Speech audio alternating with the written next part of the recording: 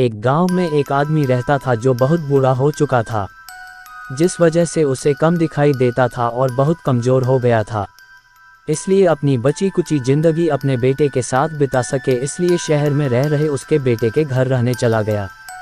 बेटा एक शहर के छोटे मकान में रहता था। मकान तो उसका छोटा था, लेकिन उसके अंदर जो चीज़ें थी वह महंगी थी। उस मकान में बेटा, उसकी पत्नी और उनका एक 5 साल का बच्चा, ये छोटा सा परिवार साथ मिलकर रहता था।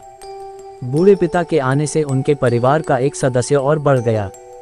ये पूरा परिवार रोज सुबह शाम डाइनिंग टेबल पर साथ में खाना खाया करता।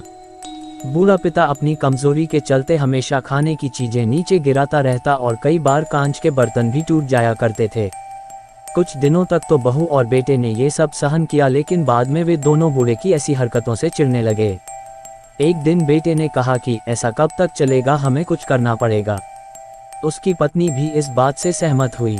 अगले दिन बेटा कहीं से एक पुराना मेज लेकर आया और घर के एक कोने में उसे लगा दिया और अपने पिताजी से कहा कि आप यहीं पर बैठकर खाना खा लिया कीजिएगा। उन्होंने एक लकड़ी का बर्तन भी बनवाया जिसमें वे अपने बूढ़े बाप को खाना देने लगे। अपने कांच के कीमती बर्तन बचाने के लिए अपने बूढ़े बाप को लकड़ी का बर्तन देने में उन्हें जरा भी शर्म नहीं आई। अब खाने का समय जब जब होता तो बूढ़ा बाप एक कोने में बैठकर खाता और बाकी का परिवार डाइनिंग टेबल पर खाना खाया करता।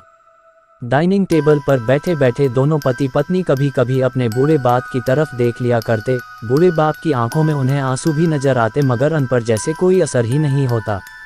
बूढ़े का पोता भी यह नज़ारा हमेशा देखता और वह अपने में ही खोया रहता। एक दिन जब पति पत्नी डाइनिंग टेबल पर बैठकर खाना खा रहे थे, तब उनका बच्चा जमीन पर बैठकर कुछ कर रहा था। उन दोनों ने बच्चे के हाथ में लकड़ी का टुकड़ा देखा, लेकिन उन्हें कुछ समझ में नहीं आया कि बच्चा लकड़ी के टुकड़े के साथ क्या कर रहा है।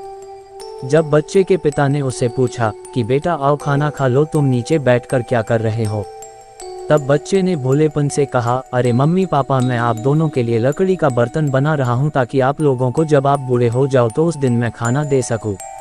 अपने नादान बेटे द्वारा दी गई यह सहज बात दोनों के दिल में तीर की तरह उतर गई। दोनों एक दूसरे का चेहरा निहारने लगे। बिना कुछ कहे ही दोनों की आंखों में पानी आ गया और उन्हें अपने भविष्य की किताब अपने आंखों के सामने खुलती हुई नजर आई। उन्हें समझने में ज़्यादा देर नहीं लगी कि अब उन्हें आगे क्या करना पड़ेगा। अगले दिन कमरे के कोने से वह पुराना मेज हट गया और अब बूढ़ा पिता और बाकी का परिवार साथ में मिलकर फिर से खाना खाने लगे। बूढ़े की कमजोरी की वजह से हो रही गलतियां भी अब किसी को नहीं चिढ़ाती थी।